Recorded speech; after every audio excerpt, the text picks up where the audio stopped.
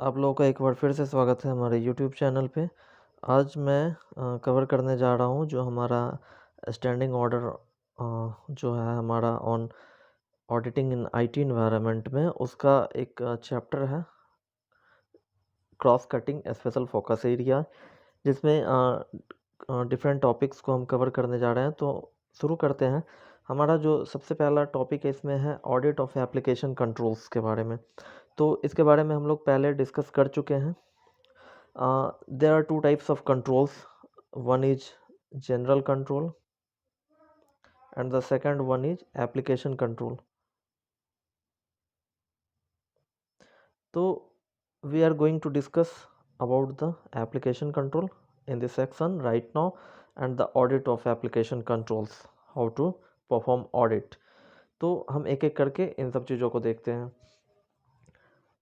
The steps involved in review of application control in a specific IT system.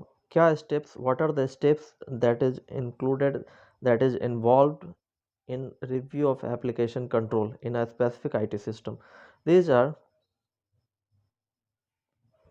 understanding the business process. The second one is studying the IT application and its environment. The third one is identifying the risks, and the fourth one is assessing controls. Understanding the business process means what कि जो भी business process है उस organisation के, उस entities के, उसको understand करना, उसको समझना। ठीक है, उस बिजनेस के जो प्रोसेसेज हैं, जो रिक्वायरमेंट्स हैं, ठीक है, वो law regulations, business rules, flow, actors rules and related compliance requirements, जो चीज़ है, जो भी बिजनेस प्रोसेसेज है, या ये सब जो भी पॉलिसीज है, रूल रेगुलेशंस है, क्या रूल्स है, क्या कंप्लाइंस रिक्वायरमेंट्स हैं, तो ये सारे चीज़ को अंडरस्टैंड करना, ये स्टेप्स हैं, इन्वॉल्व है। ये पहला स्टेप्स है जब हम किसी एप्लीकेशन कंट्रोल को रिव्यू करेंगे किसी स्पेसिफिक आईटी सिस्टम में। सबसे पहले हमें उसके बिजनेस प्रोसेस को, उसके रिक्वायरमेंट को अंडरस्टैंड करना पड़ेगा, समझना पड़ेगा। Second one is studying IT application and it's environment. ठीक है, तो उसके बाद हमें आईटी एप्लीकेशन और उसके इन्वायरमेंट को स्टडी करना पड़ेगा कि क्या रिक्वायरमेंट है, क्या उसका आईटी एप्लीकेशंस है और उसका इन्वायरमेंट क्या है।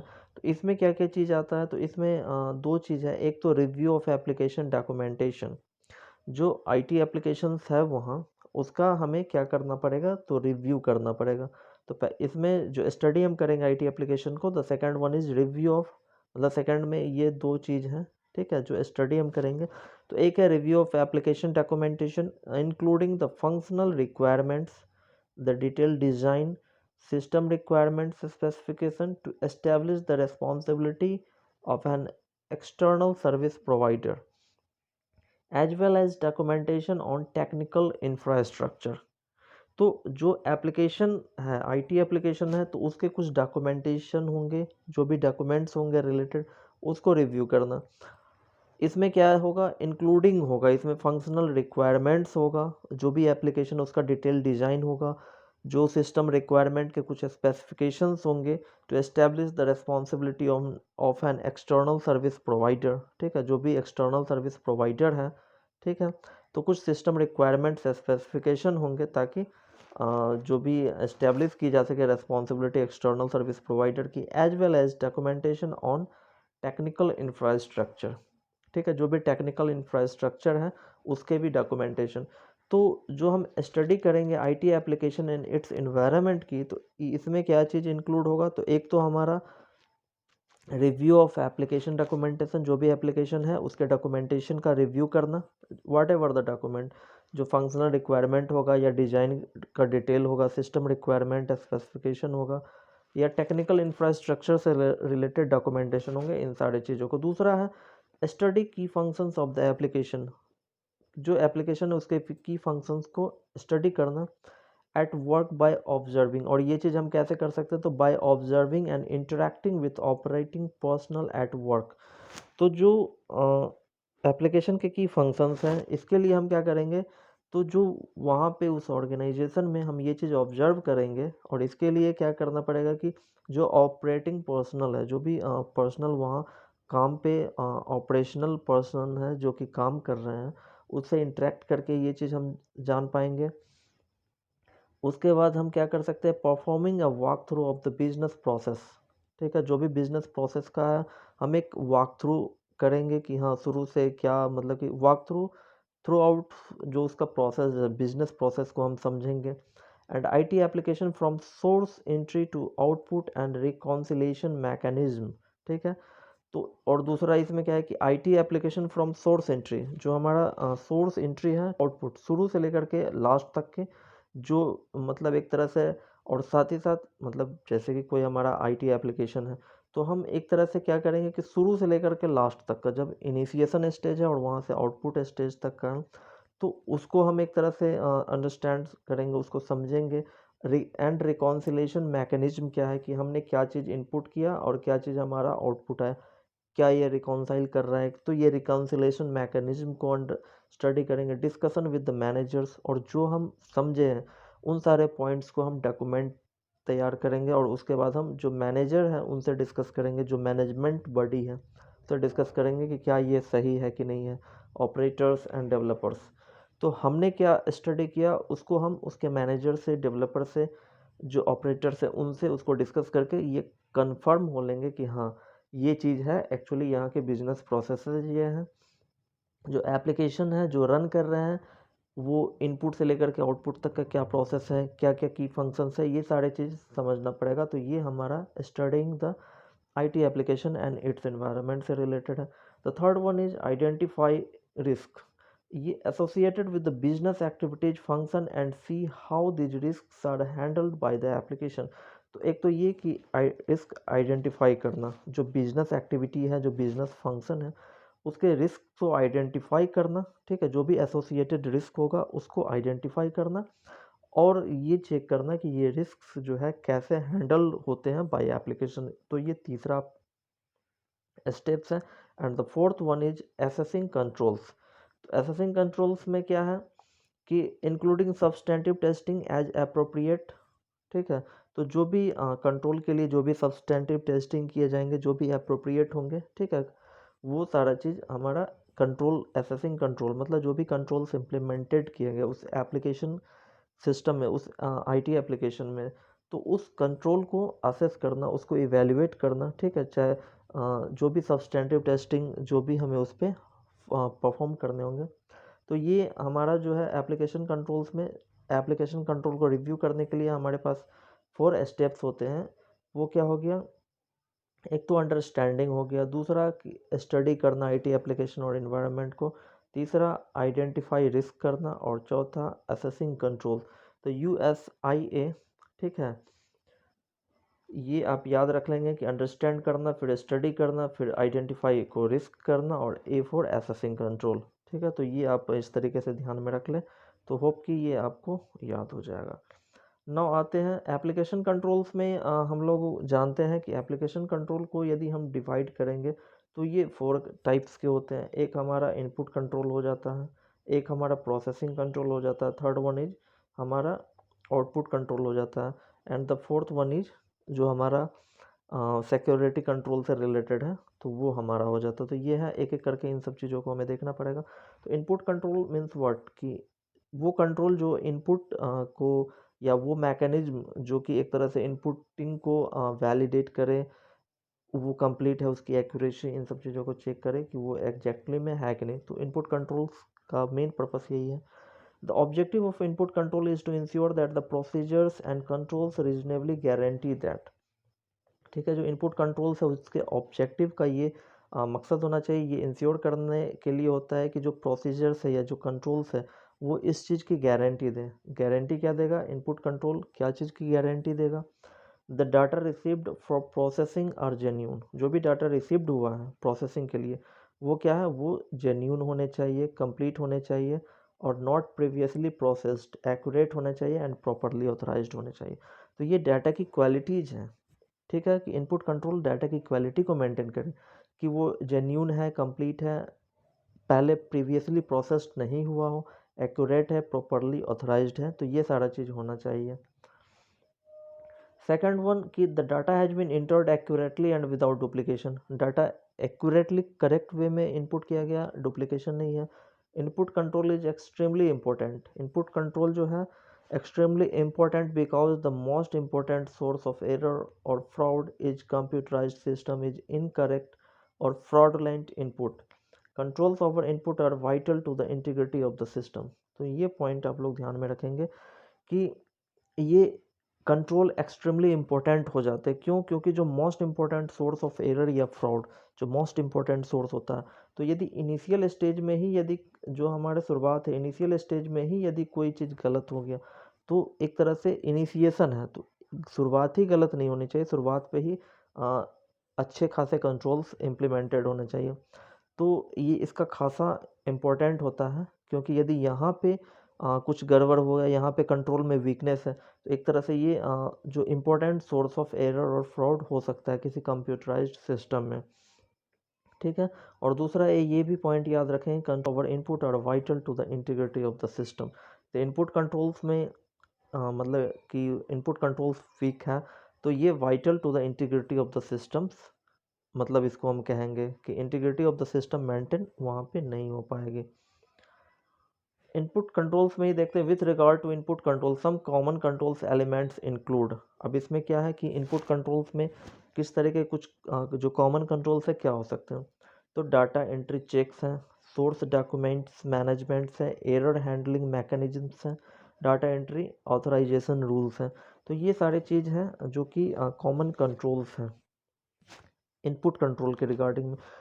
डाटा एंट्री चेक में क्या चेक किया जा सकता है कि जो डाटा इनपुट की गई है वो वैलिड होनी चाहिए, कंप्लीट डुप्लीकेट्स नहीं होने चाहिए, डुप्लीकेसी चेक करेंगे, रेंज चेक करेंगे। ठीक है। This is generally the most important set of controls, और ये most important set of controls है, क्योंकि डाटा जो भी एंट्री होने चाहिए उसमें ये क्वालिटी होनी चाहिए। यदि डाटा एंट्री लेवल पे यदि चेक्स गड़बड़ है, तो ये सारी चीज़ें मतलब कि एक तरह से इनिशिएशन स्टेज में ही गलत हो जाएंगे। तो ये इंपॉर्टेंट सेट ऑफ कंट्रोल्स है डाटा एंट्री चेक। दूसरा है source documents management, that is preparation, logging, traceability, for example numbering and retention procedures. तो एक तरह से जो सोर्स डॉक्यूमेंट्स का मैनेजमेंट की जो हम एंट्री कर रहे हैं, क्या उसके सोर्स हैं, तो ये सोर्स डॉक्यूमेंट्स मैनेजमेंट होने चाहिए। ऐसा नहीं कि सोर्स है बाद में जब वो प्रोसेस हो गया तो सोर्स डॉक्यूमेंट्स को हम छोड़ दें, नहीं, सोर्स डॉक्यूमेंट्स प्रॉपरली मैनेज्ड होने चाहिए। ठीक है। मतलब ये कि जो भी प्रिपरेशन है, जो लॉगिंग है, लॉगिन लॉग आउट का जो है, जो लॉगिन है, ठीक है, ट्रेसिंग जो है वो सारा चीज़, जैसे नंबरिंग है एंड रिटेंशन प्रोसीजर, ये सारा चीज़ इसमें आता है। Third one is error handling mechanism. तीसरा क्या है कि एरर हैंडलिंग मैकेनिज्म होना चाहिए। यदि एंट्री हुआ, यदि उसमें कुछ इस तरीके के एरर आ रहे हैं, तो क्या मैकेनिज्म फॉलो हो रहा है इसके लिए, जैसे कि एरर मैसेज होना चाहिए, सब्सिक्वेंट करेक्शन मेजर होना चाहिए, प्रॉम्प्ट इनेबलिंग री इनपुट होना चाहिए, यूज ऑफ सस्पेंस डाटा होना चाहिए। मतलब कि यदि हमने डाटा इनपुट किया और इनपुट करने के बाद कुछ इस तरीके से उसको लगा कि नहीं ये डाटा सही नहीं है, तो क्या उस केस में क्या चीज़ करना चाहिए, तो इसके लिए है। तो इसके लिए यदि एरर है, एरर मैसेज हो, यदि मान के चलो कि डाटा गलत हो गया है, तो उसके लिए करेक्शन, सब्सिक्वेंट करेक्शन मेजर क्या अडॉप्ट किया जा रहा है। ठीक है। प्रॉम्प्ट इनेबलिंग, यदि हमने गलत दे दिया तो एक तरह से वो फिर से हमें इनेबल करे कि हम री इनपुट करें। कई दफ़ा ऐसा होता है ना कि हमने जब इनपुट किया तो उसमें सपोज कि डेट ऑफ बर्थ या उसने एज मांगा कि 25 से 30 वर्ष के लोगों के लिए ये जो एज होनी चाहिए 25 से 30 के बीच में होनी चाहिए, और हमने जाकर के डेट ऑफ बर्थ कुछ ऐसा डाला कि जो 25 साल से छोटा हो या 30 साल से बड़ा हो। तो उस केस में क्या होगा कि वो हमें बाहर कर देंगे, बोलेंगे कि please enter the correct age और डेट ऑफ बर्थ, क्योंकि उसने रेस्ट्रिक्शन लगा रखा है। तो प्रॉम्प्ट इनेबलिंग री इनपुट, यदि हमने गलत इनपुट दे दिया तो वो हमें प्रॉम्प्ट इनेबल करे, या फिर एक सस्पेंस डाटा बना ले। सस्पेंस डाटा कहने का मतलब कि हमने जो इनपुट दिया वो यदि रॉन्ग इनपुट है, तो वो उसको क्या करेंगे कि रिजेक्ट कर देंगे। ठीक है। तो उसके लिए एक सस्पेंस डाटा क्रिएट कर लिया। ठीक है। तो वो उस सेंस में कि उसने एक सस्पेंस डाटा बना लिया, फिर बाद में उस जो भी रिजेक्टेड थे उसको फिर से करेक्ट करके हम एक एक करके उसको करेक्ट करके और फिर से इनपुट प्रोसेस करेंगे। एक तो हो गया कि प्रॉम्प्टली, जैसे कि कोई भी चीज़ गलत हो गया तो प्रॉम्प्टली उसको अलाउ कर देना, कि हमने प्रॉम्प्टली अलाउ कर देना कि जो इनपुट था हमारा हम उसको सुधार लिए और उसको हम सुधार करके तुरंत इनपुट कर दे। और एक है कि जो भी एरर है उसको हमने सस्पेंस में रख लिया और बाद में इसको हम एक एक करके सुधार करके फिर इनपुट करेंगे। तो ये सस्पेंस डाटा क्रिएट करना हो गया। The fourth one is data entry authorization rules. जो भी डाटा एंट्री है उसके ऑथराइजेशन के कुछ रूल्स होने चाहिए, ठीक है। तो ये हमारे 4 टाइप्स के, मतलब कि एक तरह से यहाँ पे दिखाया गया बहुत सारे कंट्रोल्स है, लेकिन ये कॉमन कंट्रोल्स है जिसमें डाटा एंट्री चेक्स होने चाहिए, सोर्स जो डॉक्यूमेंट्स है, सोर्स डॉक्यूमेंट वो मैनेजमेंट प्रॉपरली होना चाहिए, एरर हैंडलिंग मैकेनिज्म होना चाहिए और डाटा एंट्री ऑथराइजेशन रूल्स होना चाहिए कि जो भी डाटा एंट्री हो रहा है उसका एक ऑथराइजेशन होना चाहिए कि किस तरीके से क्या रूल इम्प्लीमेंट किए गए हैं कि वो ऑथराइज्ड हो। नेक्स्ट है प्रोसेसिंग कंट्रोल। सेकंड जो ऑप्शन है हमारा एप्लीकेशन कंट्रोल में, वो प्रोसेस। ये क्वेश्चन इंपॉर्टेंट है कि एप्लीकेशन कंट्रोल कितने टाइप्स के होते हैं या एप्लीकेशन कंट्रोल को कितने पार्ट में डिवाइड किया जा सकता है। तो 4 टाइप्स, ये from exam point of views important है और वो चारों टाइप्स क्या है वो याद रखना पड़ेगा। तो ये इंपॉर्टेंट है, इसको आप लोग जरूर ध्यान में रखेंगे। तो प्रोसेसिंग कंट्रोल को देखते हैं। इनपुट करने के बाद क्या है कि प्रोसेसिंग होगा। तो प्रोसेसिंग कंट्रोल की ऑब्जेक्टिव की बात करें, जो भी प्रोसेसिंग ट्रांजैक्शन है वो एक्यूरेट एंड कंप्लीट होना चाहिए। ऐसा नहीं कि हमने दिया कुछ और वो प्रोसेसिंग कुछ कर दिया। तो प्रोसेसिंग एक्यूरेट एंड कंप्लीट होना चाहिए। Transactions are unique without any duplication. जो ट्रांजैक्शन है वो यूनिक होना चाहिए, उसमें कोई डुप्लीकेशन नहीं होनी चाहिए। ट्रांजैक्शन जितने भी होंगे वो सारे वैलिड होने चाहिए। The computer processes are susceptible to audit. कहने का मतलब जो भी कंप्यूटर का प्रोसेस है वो ऑडिटेबल होना चाहिए। मतलब ऐसा नहीं कि हम उसको ऑडिट नहीं कर सके बाद में, तो ऐसा नहीं होना चाहिए। जो प्रोसेसिंग है इस तरीके से होना चाहिए कि उस कंप्यूटर प्रोसेस को ऑडिट किया जा सके, ये चीज़ें। तो ये ऑब्जेक्टिव्स है प्रोसेसिंग कंट्रोल्स के कुछ। उसके बाद है कि this is achieved by providing controls for. अब प्रोसेसिंग कंट्रोल को हम अचीव कैसे करेंगे, तो इसके लिए प्रोसेसिंग के लिए कंट्रोल को अचीव करने के लिए क्या है कि adequately validating input and generated data, ठीक है। कि वैलिडेट करना जो हमने इनपुट दिया है और जो हमने आउटपुट लिया है, जो हमने इनपुट दिया और जो हमने आउटपुट लिया, इसको वैलिडेट करना। यदि ये सही है कि हमने 2+2 इनपुट दिया और हमें 2+2 हमने इनपुट दिया और आउटपुट हमें 4 आ गया, मतलब ये कि इट इज़ वैलिडेटेड, मतलब कि प्रोसेसिंग हमारा सही हुआ, ठीक है। तो ये वही चीज़ कह रहा है कि एडेक्वेटली वैलिडेट होना चाहिए जो हमारा जनरेटेड डाटा है, इनपुट डाटा है वो। Processing the correct files and data elements, ठीक है। तो जो डाटा है या जो भी फाइल्स है वो करेक्ट फाइल प्रोसेसिंग होना चाहिए। ऐसा नहीं कि इनपुट कुछ और कर रहा है प्रोसेसिंग कुछ और कर रहा है, तो ऐसा नहीं होना चाहिए। Detecting and rejecting errors. Processing control में क्या होना चाहिए कि एक तो जैसे कुछ गया प्रोसेस के दौरान यदि कुछ ऐसा डिटेक्ट हो रहा है एरर, ठीक है, तो वो डिटेक्ट करना और डिटेक्ट करने के साथ साथ उसको रिजेक्ट भी करना during processing and referring them back to the originator for reprocessing, ठीक है। बैक कर देगा और फिर से रीप्रोसेसिंग के लिए ओरिजिनेटर के पास भेज देगा। Proper transfer of data from one processing stage to another. और इसमें क्या है कि प्रोसेस जो है कि एक स्टेज में जो भी डाटा प्रोसेस हुआ उसको दूसरे स्टेज में ट्रांसफ़र किया जा सके। तो ये भी प्रोसेसिंग कंट्रोल्स में होना चाहिए। ऐसा नहीं कि यहाँ पे हमने प्रोसेस किया और जो यहाँ से हमें मिला वो हम इसको फिर नेक्स्ट स्टेप में ट्रांसफ़र नहीं कर पाए, ऐसा नहीं होना चाहिए। तो ये ट्रांसफरेबल होना चाहिए of data from one processing stage to another. And verifying during और after processing the control totals established prior to the processing. मतलब ये है कि जो भी वेरीफाई करना कि जो भी ड्यूरिंग और आफ्टर प्रोसेसिंग, ठीक है, जो भी कंट्रोल टोटल्स एस्टेब्लिश्ड किया गया prior to processing.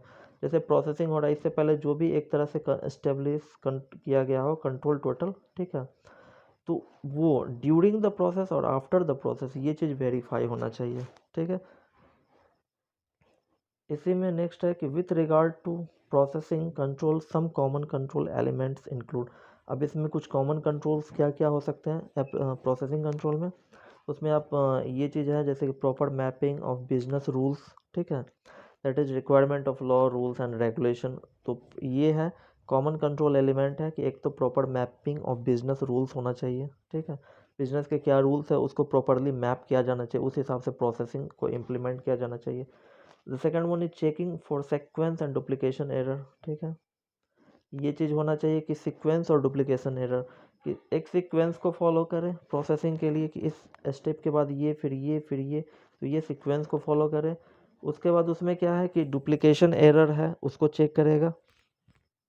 Transaction records count क्या है, कितने ट्रांजैक्शन, क्या रिकॉर्ड काउंट है, ये सारी चीज़ें। कंट्रोल एंड हैश टोटल्स है। इनपुट रिकॉन्सिलेशंस कि इनपुट क्या आया और आउटपुट क्या आया, वो रिकॉन्साइल हो रहा है कि नहीं हो रहा, तो ये सब इसके पार्ट है। और उसके बाद रेफरेंशियल इंटीग्रिटी चेक, जो डाटा है डाटा इंटीग्रिटी मेंटेन हो रहा है नहीं, कि ये भी इसका पार्ट है कि डाटा की इंटीग्रिटी डिस्टर्ब नहीं होनी चाहिए, डाटा की इंटीग्रिटी बनी रहनी चाहिए।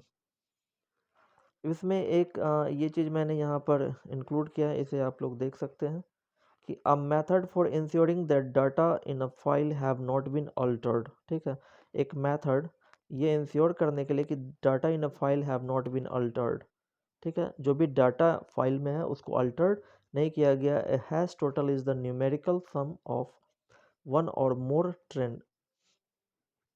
ठीक है, ये जो मेथड है ना, एक्चुअली ये जो कहा जा रहा है method for ensuring that the data in a file have not been altered, ये एक्चुअली क्या है, ये मेथड हैश टोटल मेथड कहलाता है, हैश टोटलिंग मेथड कहलाता है।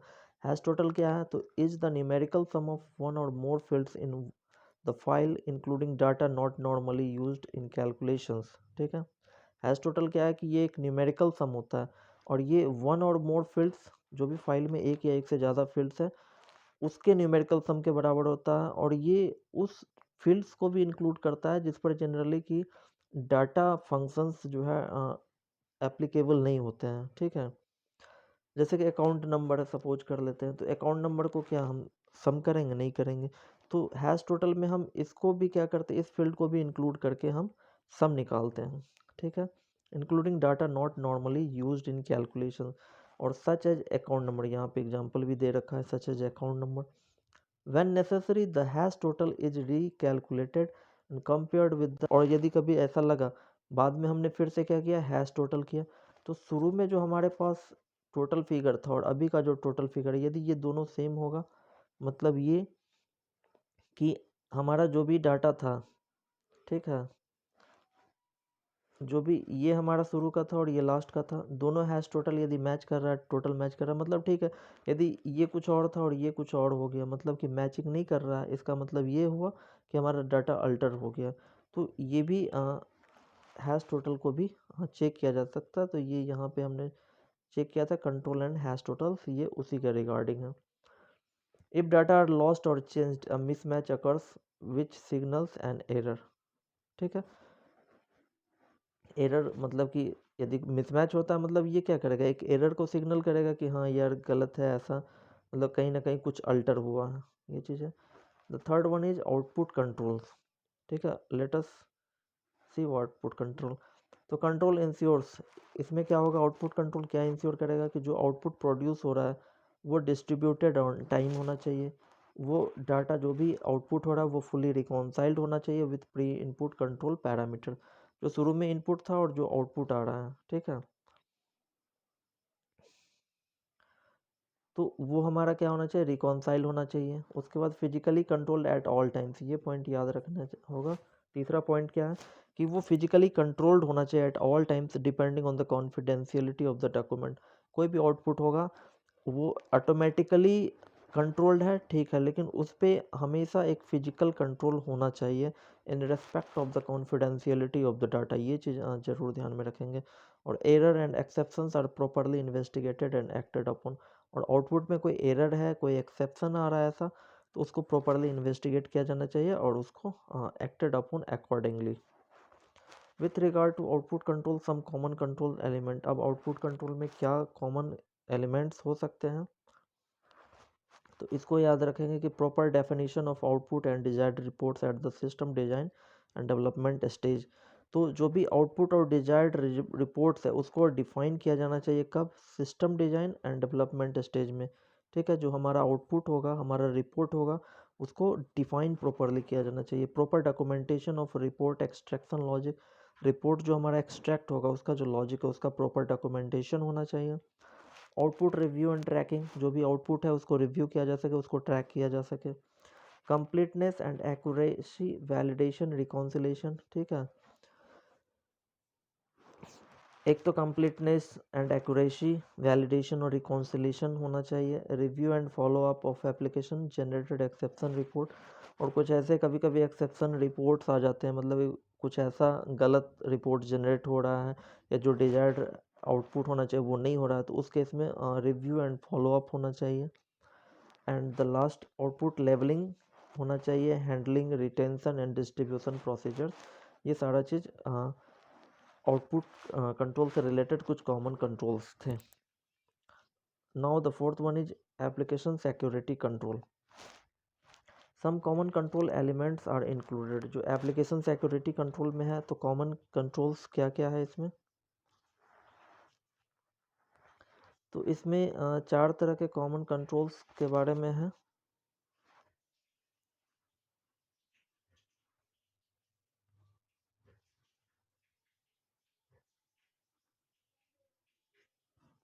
हम्म, तो जो कॉमन कंट्रोल्स है वो क्या है? Traceability of transaction, second one is user account permission and password management, third one is master file understanding semi permanent data protection, ठीक है, and the fourth one is conflicting duties and segregation of duties adoption. तो ये application security controls है, देख लेते हैं इसको एक एक करके। तो ट्रेसेबिलिटी ऑफ ट्रांजैक्शन मतलब कि ट्रांजैक्शन ट्रेसेबल होना चाहिए। इसके रिगार्डिंग क्या है? Transaction logging,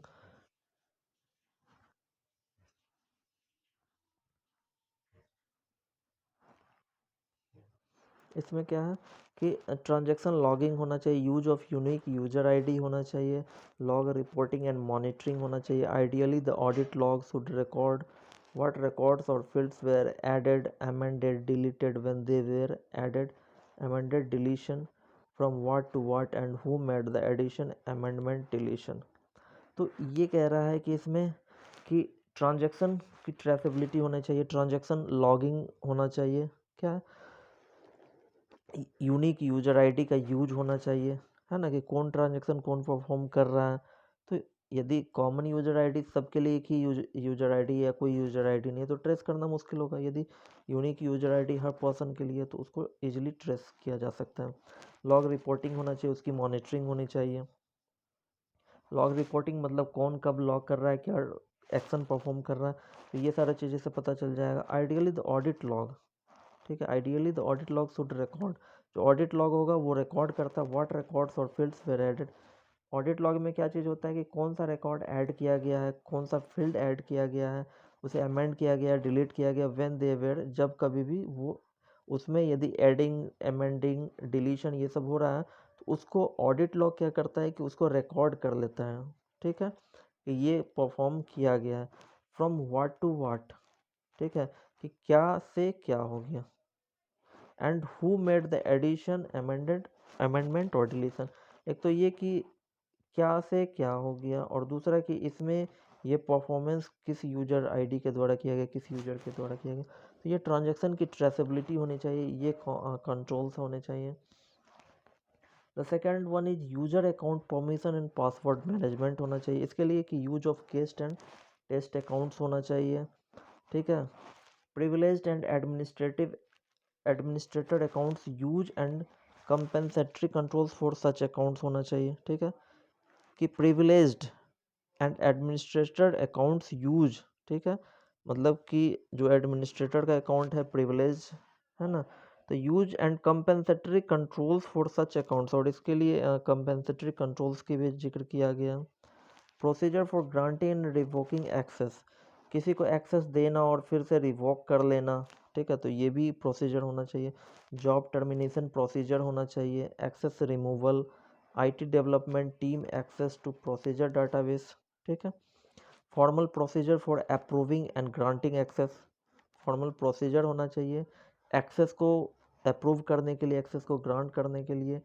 use of a strong password होना चाहिए। पीरियोडिक चेंज इन्फोर्समेंट होना चाहिए कि कभी कभी हम लोग देखते हैं कि जैसे कि 2 महीने 3 महीने के बाद लॉगिन करें और जैसे ही लॉगिन करें उसने पूछा कि change your password, change your current password, तो हम फिर क्या करते हैं, पासवर्ड चेंज करते, तो वो हो गया periodic change enforcement, password encryption ETC, ये सारी चीज़ होने चाहिए जो कि एप्लीकेशन सिक्योरिटी कंट्रोल से जुड़े हुए हैं। Third one is master file and standing data protection. Actually एक चीज़ यहाँ पर मैं ये चीज़ कह दूंगा कि इससे पहले जो आईटी ऑडिट मैनुअल है उसमें हमारा ये चीज़ कहा गया है कि एप्लीकेशन कंट्रोल 4 टाइप्स के हो गए। इसमें हमारा पहला इनपुट है, दूसरा प्रोसेसिंग है, तीसरा आउटपुट है। ये 3 तक तो ठीक है। फोर्थ वन में standing order on auditing in IT environment, जिसको अभी हम लोग देख रहे हैं, उसमें ये कह रहा है कि एप्लीकेशन सिक्योरिटी कंट्रोल होना चाहिए एज पर दिस स्टैंडर्ड। और जो हमारा आईटी ऑडिट मैनुअल था उसके हिसाब से हमारा फोर्थ था master file understanding data protection था।